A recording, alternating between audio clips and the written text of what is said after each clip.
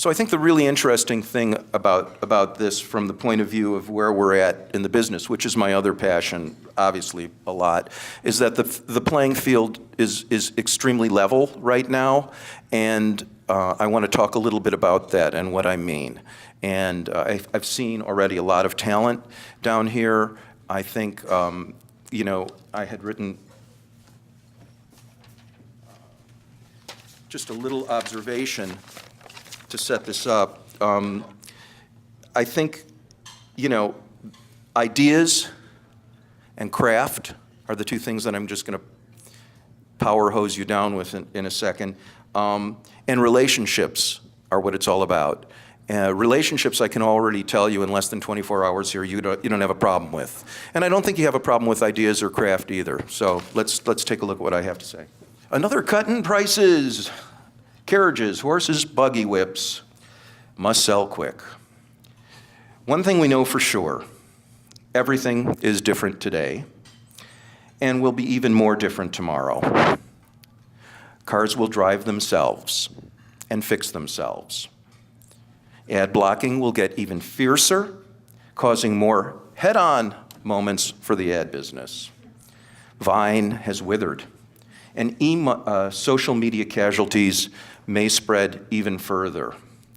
By the way, don't bank on banks. I know many of you may have bank accounts for clients. I hope you all have bank accounts. As e-money beyond Bitcoin does an Uber on finance. Just think about all the things your smartphone has changed.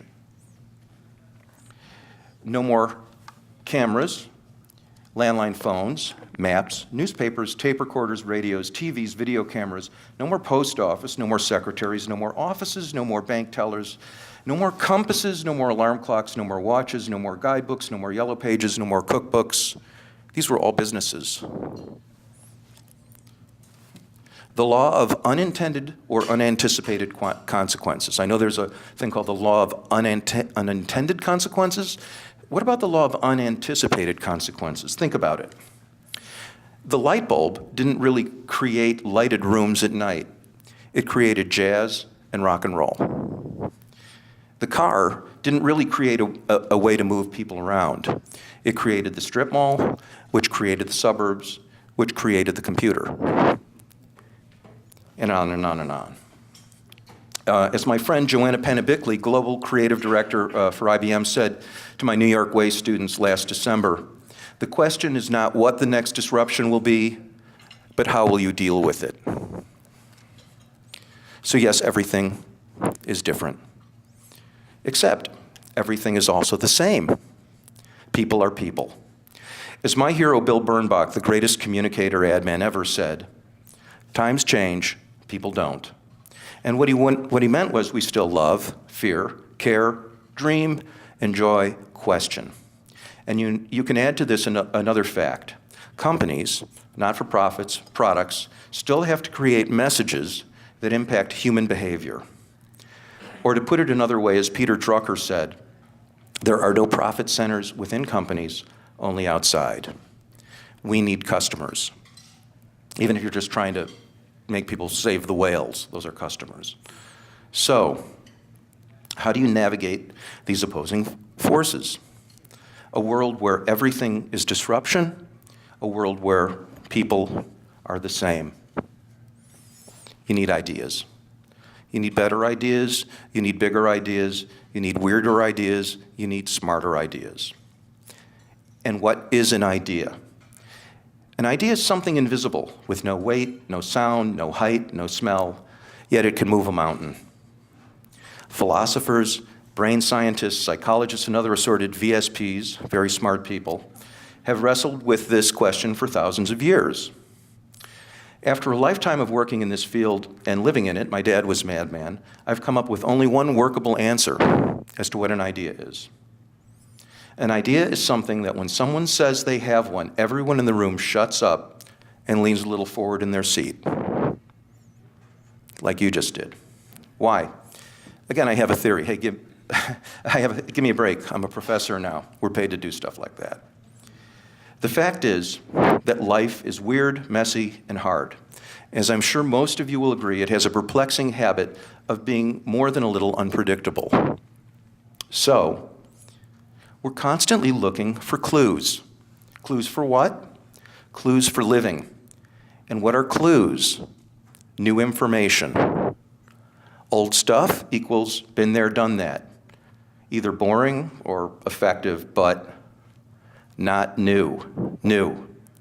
If it seems true, honest, coherent, and new, what the hey, I'll check that out. Incidentally, the behavioral trigger, that behavioral trigger conforms to what every real copywriter knows in his or her guts are the two most powerful words in advertising. By the way, never to be used, but almost always to be implied. And I'm sure many of you know what they are. Free and new.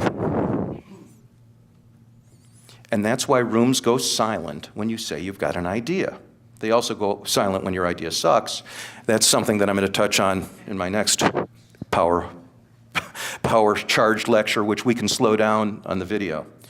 So how do you come up with one of these bullets of anti-boredom known as ideas? So what follows, I really don't have time for this, but I'll try, are some of the thought processes I use in my classes for my creative process. Okay, and also to come up with those 10 cartoons. So here we have the blank computer screen. How do we get past that? I named it a block boredom blaster, but this is what I do. You can either drink a ton of coffee. Here's a cartoon by my friend, Skywriter's Block. It's something we face. The way I think you can break through this, and I think we all have to admit we have it, is this: rock, paper, scissors, and shoot. If you can remember this, you can blast through it. So what's the rock? The rock is what we all feel when we're faced with with a problem. Every single one you're facing. It's impossible, can't be done. No way. Why are they, I'm blocked. Forget about it. Cubs winning the World Series? Impossible. How do you deal with it? Celebrate it. Great, we stink. Blow it up. Go around it. Go under it. Deflate it. Fake it out. Write 100 headlines or ideas in 10 minutes. By 70, you'll be in the zone. Turn it into cotton candy and eat your way through it. In other words, acknowledge the problem, embrace it, and then just blow it up. I like this last one. Make it a helium balloon painted to look like a rock and tethered to the ground by a thread, and then just pop it. But embrace the problem. Next, paper. Another way to deal with it is what sometimes they call Riebtuchis. Just sit on the chair, dirty a lot of paper, and don't think. This fakes out the editor.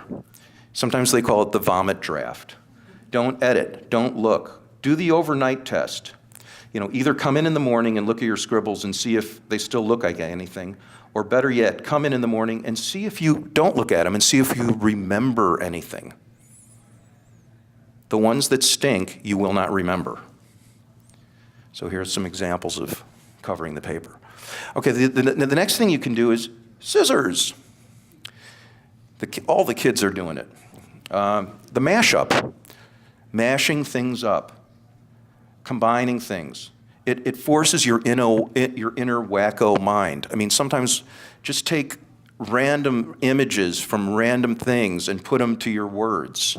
And we were joking around the other day when we were watching the Cubs game at home because we couldn't stand Joe Buck, so we had to sync it to the local Chicago broadcast. And when the commercials came on, we had the local radio copy with the TV commercials. They were better. They were way better. The really boring Ford Escape commercial with copy for the local, plumber was better. It was fresh. Then hit send. Shoot, get it out there. Get it out there. As they used to say, it ain't creative unless it sells. And as we used to say back at, I think it was at Ogilvy, get it up, get it on its feet, and get it out the door. Just get it out. Make mistakes. Being right keeps you in place. Being wrong forces you to explore. Another thing I don't have in here, but it's become a real new belief of mine, and I think we have to, is everybody says they want change. Change, change, change. Oh, we're going to change. Change, change. Show them anything that's changed. Well, next year. I'm not blaming anybody. Change is horrible. So just, say, yeah, we want change, and they're not going to want change, but they have to. We have to. Because unless, I would hate to be in the stopwatch industry. Switch and steal. The greatest advice is do it wrong. Sometimes I used to tell people, if you're doing a Chanel ad, do it as a local car dealer ad, and if you're doing a local car dealer ad, do it as if it were a Chanel ad. It may not work out, but you'll be at least out of the rut. Oblique strategies, this is going to be posted, but this is a thing that that musician, Brian Eno, made, a set of cards. And they're all about ways of, and you can find it online, they're all about ways of getting your mind out of a rut. So what's the gazillion watt light bulb? There I am. Oh, I look like a human light bulb. And there's all my contact information, and I'm going to power through the next one really, really fast. So coming up with an idea is really only half of it. Craft is the other half. Okay, how good do you have to be good? So, let's say you use those techniques and you've dirtied a lot of paper and you found a couple of things that are really fresh, and you may even have an idea. Whether it's for a brand, a logo, a new way to do bank telling, a new interface for a website. I mean, everything that we deal with is a problem. People come to us with problems. If they didn't have a problem, they would save the money, our clients, and upgrade from a BMW 5 to a BMW 7, not pay us. But they've got a problem. If the process is so open and messy and sloppy and freewheeling, how in the heck does it become excellent? Because that's what the end result is. Creative excellence. And the answer is craft.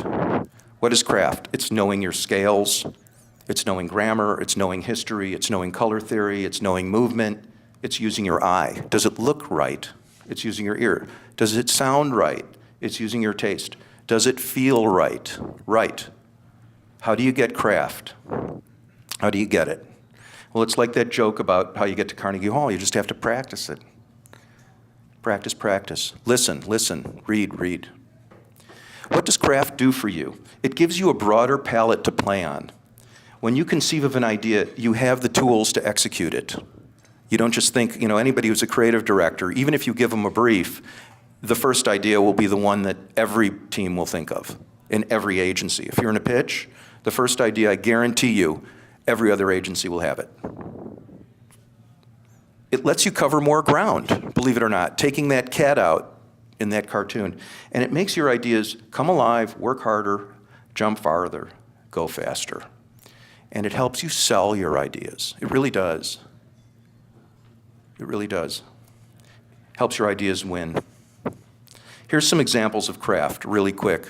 And the way that you get better at it is by looking at it and trying to practice it. And you'll all have your own. I have a Pinterest page that I use as a scrapbook just for things that I think are cool. Here are some that I've pulled out. That is an awesome piece of graphic design for an extremely strange and weird movie and book. But it's an incredible piece of graphic design. Everything about it, and I'm going to come back to it later. The yellow on the orange, the gear for the eye, the black line, it could have been done really poorly, and you will see it done poorly later. That is a wonderful photograph, right? It's 60 years old. That is a wonderful photograph. And they used it in that ad campaign. You don't have to be Jewish to love Levy's Real Rye Bread. But it doesn't matter. They had an Irish cop, they had other people, okay? But the craft, that's a wonderful picture of a human being. This is another really old one, but it's a wonderful picture. For those of you under the age of 900, that's Wilt Chamberlain, who in his day, he was the first 7-foot-plus basketball player, and that's an incredible picture of him. And it's incredible for so many reasons. The color of the car, the color of the uniform, the color of the background, the pose. These are craft details. But then they took that and they layered an amazing headline on it. They said it couldn't be done. It couldn't. Incredibly honest, a twist. But if you read the body copy, it says, we couldn't fit 7'1" Bill Chamberlain into the new VW. But we could fit the second tallest in his team, who's 6'8" in there. So if you're only 6'8", so it truthfully said, this car's bigger than you think it is. I throw this one in next because it's an example of craft that's just completely whack-doodle, and we're in a big college town. Hello.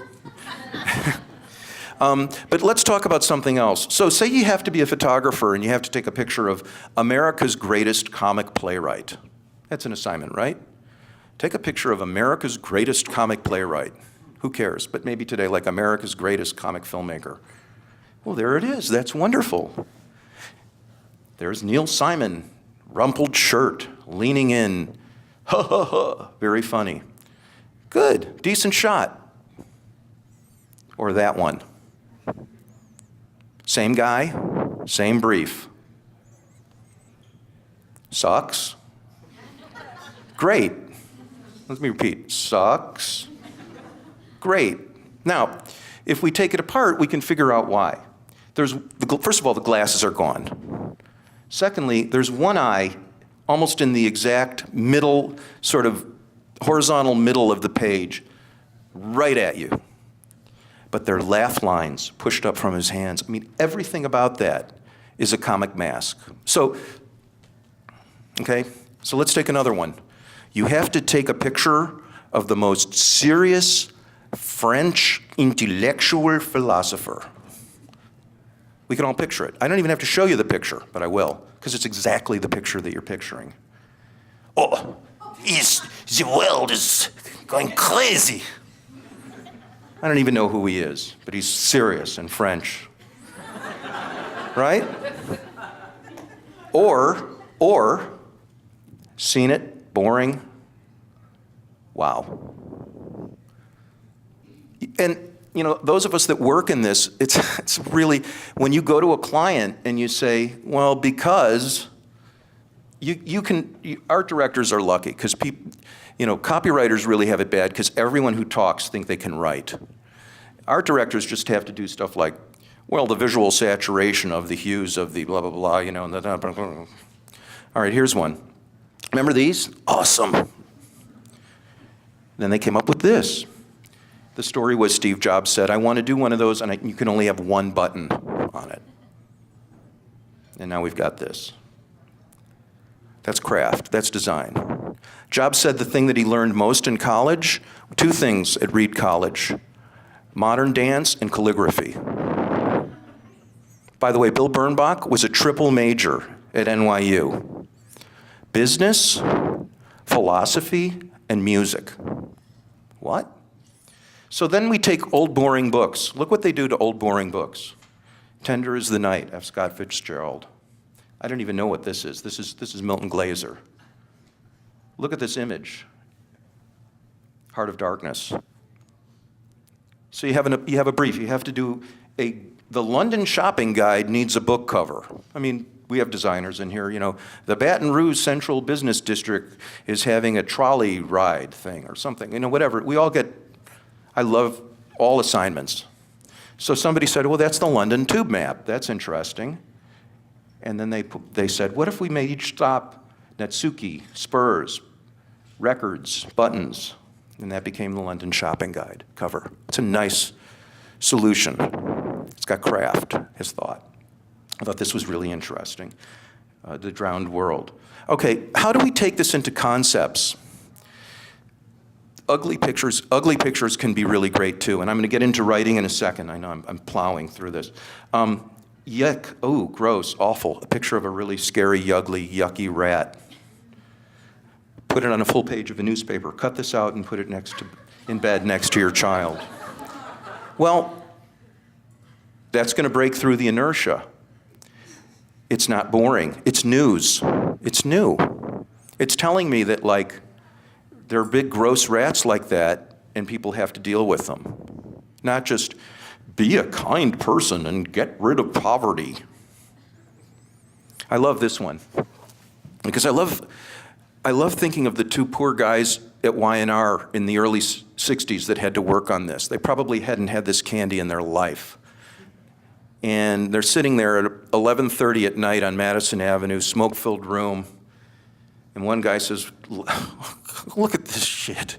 And they lay it out on the table, and they're looking at it, and they're both crying, and they're looking at it. And then, in a burst of energy before he falls over and hits the floor, the copywriter comes up with this: please do not lick this page.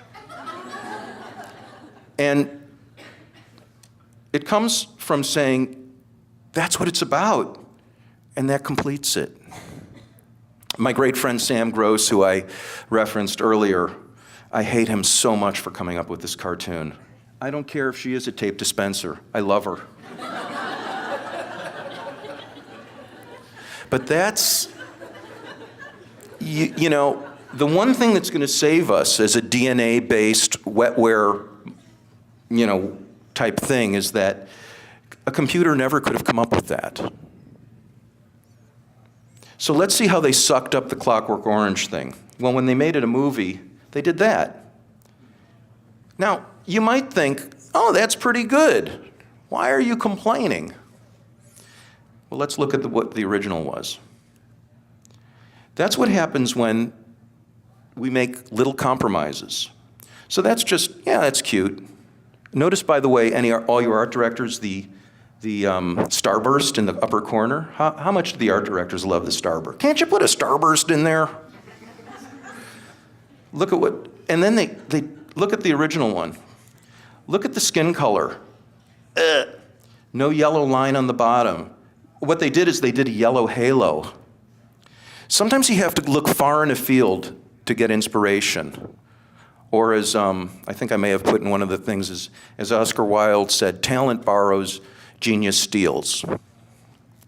So I saw this online. This is a poster for a Japanese magazine or something. I don't even know what it is, but I just thought it was really cool looking. I mean, that's just a nice shot. You just look around. Okay, here's a brief done by my favorite agency. Believe it or not, they had to introduce the minivan. Those of you under the age of 900 may not know that. But we used to drive station wagons. And they came up with this idea. How are you going to introduce it? So the brief is, tell people that there's a car that drives a lot of people around, like more than 4. So they came up with that, mass transit. And there are actually so many things right with this ad. And then if you get into the craft of it, let's just think about it for a second. No tagline. No logo. Nuns. All this ad is saying is, a demonstration. This vehicle fits 9 human beings. That's it. And even if you came up with a good ad, a good thought, it's 9-alicious. You know, you could put a whole baseball team on here with room for the mascot. We wouldn't believe it because that's bad craft. Every agency would have gone 9 people, baseball team. You can fit the whole little league team on.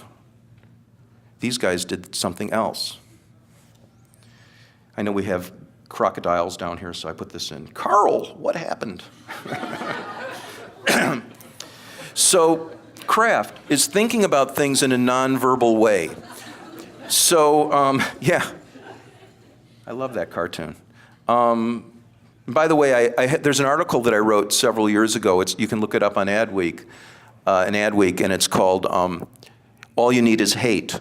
Because I think if you're a creative person or if you're a person that does this, if you see somebody who comes up with something like that and you didn't, you have to hate them. Because they did it and you didn't. And if you don't feel that way, there are still a couple of bank teller jobs available. Okay, so you have to do an ad for a magazine that's super, super, super boring. It's a British magazine about economics. So you pick a color scheme. How's that look out there? Red? I can't see. It's bright red. Not exactly the color of capitalism. not all mind-expanding substances are illegal. And at the very bottom it says The Economist magazine. And now the other one that they did was really great was, you may remember, does anyone recall this campaign? So any of you that ever have to do it, you don't have any production money, or you have production money only to buy stock photography.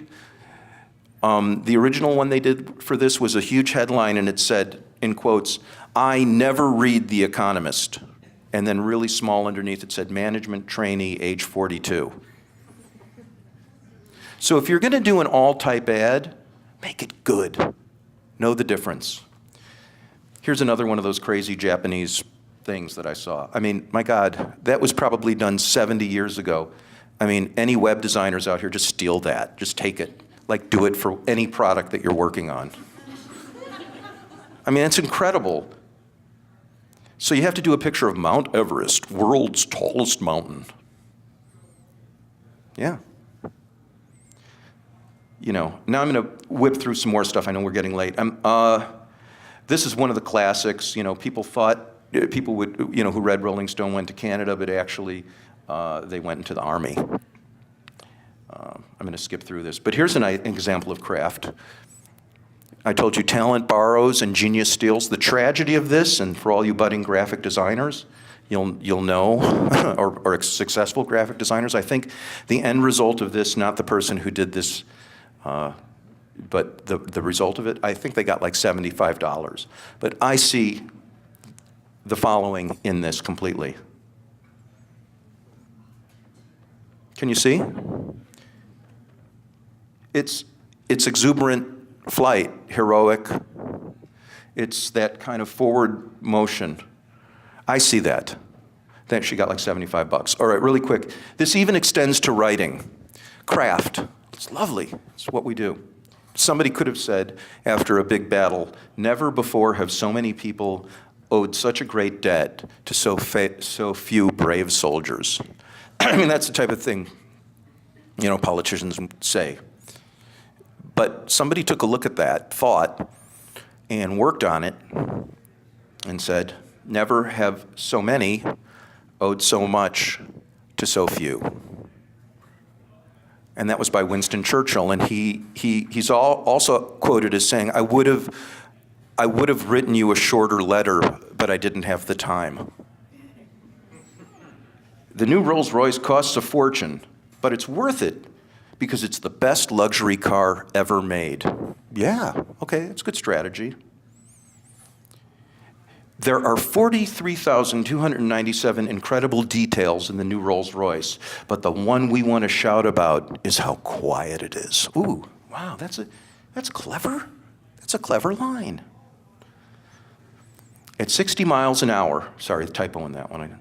At 60 miles an hour, the loudest noise in this new Rolls-Royce comes from the electric clock. You can tell the difference, right? You could study it, just like people study like why Shakespeare's good. David Ogilvy gets credit for writing that line, but you know, he was getting a little more honest in his dotage. And somebody said, David, you didn't write that line because, you know, 15 years before, the Pierce Arrow car ran this line. The only sound one hears in the new Pierce Arrow is the ticking of the electric clock. And David's response was, yeah, but I did it better. At 60 miles an hour, the loudest noise in this new Rolls-Royce comes from the electric clock. It just has a rhythm, and there it was. Believe it or not, I can play the piano. Well, that's a pretty good line. Like, it's really hard to play the piano, right? I amazed my friends. I amazed myself. And then I think I even amazed the piano. That's really cute. That's not a bad line. My friends didn't think I could play the piano. My friends aren't perfect. It's not bad. I could see a campaign on that TV spot. That big piano in our living room was just another piece of furniture. Until now. Clever. My friends couldn't believe it when I said I could play the piano, but then I started to play. Okay. But what's the real deep, a writer has to think about human emotion. So how many of you play the piano? How many of you, and many of you don't, and to those of you who don't play the piano, and I don't really play the piano, I was just doing that to tell you to do that. Of those of you who don't play the piano, let me picture a scene for you, and let's just see if you were ever there. You're 6. You go to your Aunt Mabel's. Aunt Mabel's got a big old honkin' piano in there. It's Thanksgiving. You run over to the piano, you sit at the piano bench, and you say, "I can play the piano." And you start pounding on the keys. And Aunt Mabel comes over to you and says, "Stop that noise." Anyone? Yeah, you're not, because you're embarrassed, but it happened to all of us.